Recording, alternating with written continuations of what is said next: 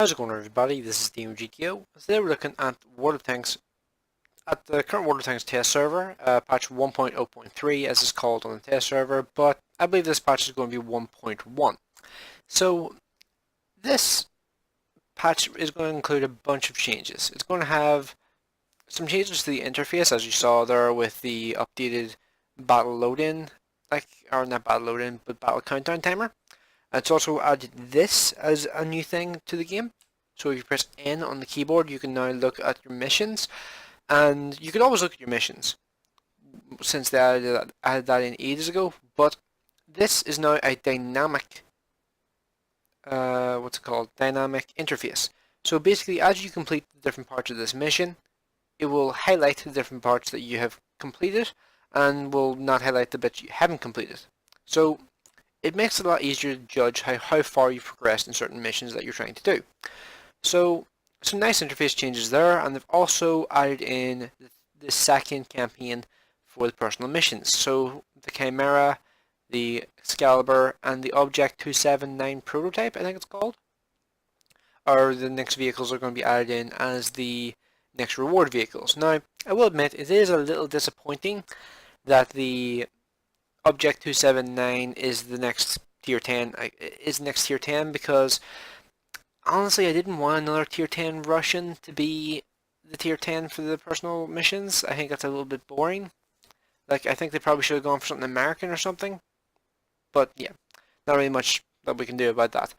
So, first shot of the game, just derped it straight into the dirt in front of me, and, well, Leopard 1 comes around the corner trying to get a shot into the IS-7, and I'm just following this Leopard 1 up around the hill here, because I'm just like, yeah, I'm going to try and get a big shot into you. I get a big shot into him, take off his tracks, and I'm guessing damage his ammo rack as well. He fixed his tracks, which likely means he still has a damaged ammo rack, so I don't really have too much worries from him when it comes to his gun. Sorry, hiccup. And the second shot, I'm going to stick straight into the drive wheel and keep him tracked in place. STRV-103B gets a shot into him, and we've now left him on 60 health. I actually set him on fire for one tick there as well, which lowered his health even further. So he's only got 60 health remaining, which means he's basically not a threat anymore for the rest of this match, because he's likely to die next time somebody really starts looking at him. Now we're going to move forward here to fight against the 60 TP and the Object 430U. Now, the 430U, this might sound bizarre, but probably has the better turret of this tank and the 430U. The 430U probably has the better turret, because it has less weaknesses. The weaknesses are a lot stronger, and just in general, the tank has a godlike turret. Meanwhile, this thing here does have a couple weaknesses in the form of that cupola. There's also another weakness I'll get to in a minute, and there's also the roof of the vehicle. So the roof of this vehicle, if you're driving a tank that has a gun bigger than 150mm, so not including 150mm, so tanks like the E100 and Grill 15 wouldn't be included, but tanks like the Object 268 and this tank would be included. Tanks with guns of 152mm or 151mm and bigger can overmatch this roof with no issues whatsoever, and will penetrate it every single time. So a KV2, just to give you context, with AP rounds would overmatch the roof armor on this tank. So now we're just kind of waiting for this stun to wear off from the artillery, and we're going to try and go for another shot on the 60 TP, although I am going to get distracted by this 430U coming around the corner, because I'm thinking, oh, it might be a better idea to get a shot into him, but yeah. I decided to stick a shot into the 60 TP instead, because 60 TP has a very weak lower front plate. It's I think it's between 180 and 200mm of effective armor. It's not very strong in the slightest. Now, a couple things I'm just going to mention here. First shot that I took in this game from the enemy 60 TP penetrated my driver's hatch, as you can see here. And the second shot that I took from damage, from actually a standard tank round, not a premium KG round from artillery, penetrated here. So this is actually another weakness that you do need to be aware of in this tank. This turret ring section here is actually flat 260mm of armor, which means tanks that have armor penetration exceeding 260mm are likely to penetrate that and do damage pretty reliably. So just something to be aware of there. So now I'm looking at this Grill 15. I've even repaired my, or not repaired, but gotten rid of the stun because I really want to hit a shot in this Grill 15. However, I get trolled by my gun and don't land anywhere near him. So that Leopard 1 is actually still alive in the background there, do you see him? And T100LT just finished him off. Jeez, that guy was alive for way longer than I thought he was, but he just died there at the end. But sadly our IS-7, the IS-7 that was on this flank with me just died, unfortunately. I didn't realise how little health he had remaining. I'm sitting on about 900 health remaining. If I had realised he was that close to death, I probably would have taken a hit for him, but unfortunately I didn't realise until he was already dead. But that gives me more health to play with, but we do lose a tank because of it. So T100LT is currently spotting the Grill 15, and I'm going to use this as an opportunity to move forward because the Grill 15 not being in position to just basically nuke me as I'm coming forward is going to give me some, it's going to hopefully give me some opportunities. So that Leopard 1 is actually chasing after the T100LT as well now, and the Grill 15 has lost about 900 health, make that nearly 1,000 health, from getting hit by, I believe, artilleries, and also maybe the STRV-103B as well.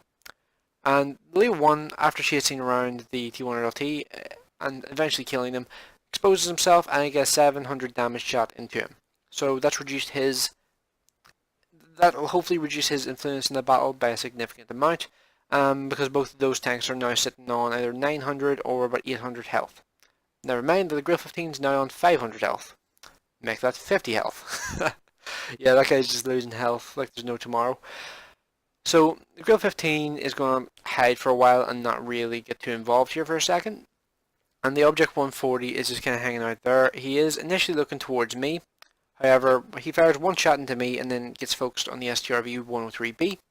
I try to go for a shot on this guy, but unfortunately I can't really nail a shot into him because he's just in kind of like an awkward position for me.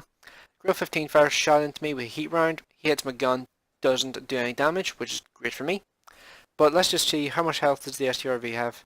He only got 79 health remaining. He is very close to death, and unfortunately the 140 managed to successfully kill him. That's a little unfortunate for me because that was the last close range backup that I had on this flank.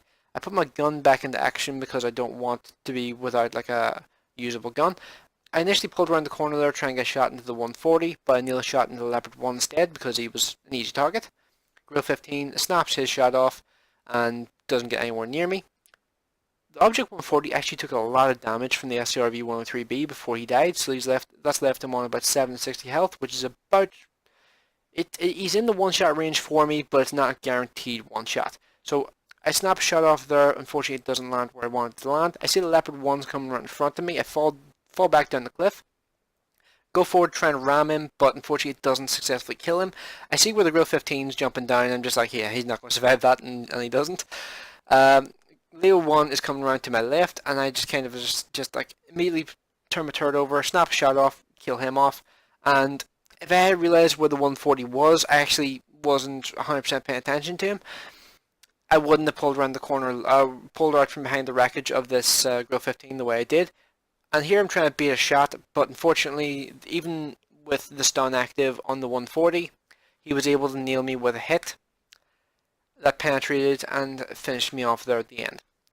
So yeah, that was a little bit unfortunate for the ending of that battle, but yeah, that was nearly 5,000 damage, nearly 2,000 damage blocked by armor, and 1250 assistance damage. Now, if I'm honest with you, the way I reckon this tank is going to play out on the live server is I don't think it's actually going to be that much of a side scraper. I just don't see that being the way this thing plays out.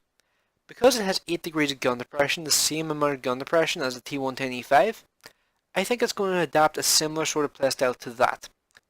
In other words, it's basically going to drive around the map and basically go hold down in any possible location where it can, and only side scrape when it really has to. Because with 100mm of side armor, that's in that threshold where it can be consistent, but it also might not be at the same time. It's really like the 100mm of side armor is it's that awkward threshold where it should be good, but sometimes it's not good, but sometimes it is.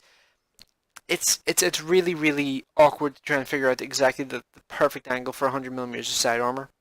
Whereas with 80mm of side armor, you just automatically put it at the auto bounce angle, With this thing here, you should be able to side scrape with a slightly higher angle, but the 100mm is just so inconsistent in comparison to 120mm. 120mm and 100mm, it's like night and day.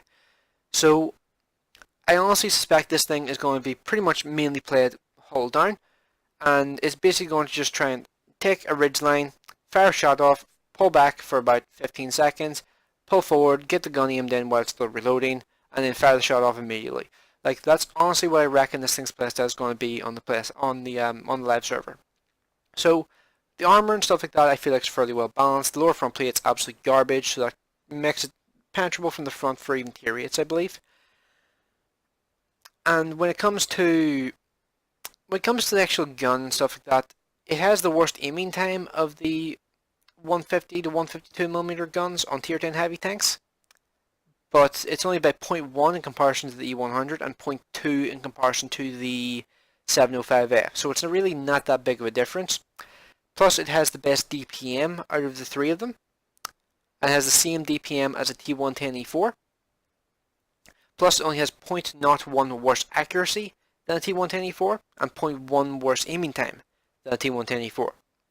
Granted, it has 45 less pen, but one thing to be aware of when comparing this thing to a T110E4, this thing's gun is actually going to be more consistent. And the reason I say that, this thing can use a vertical stabilizer.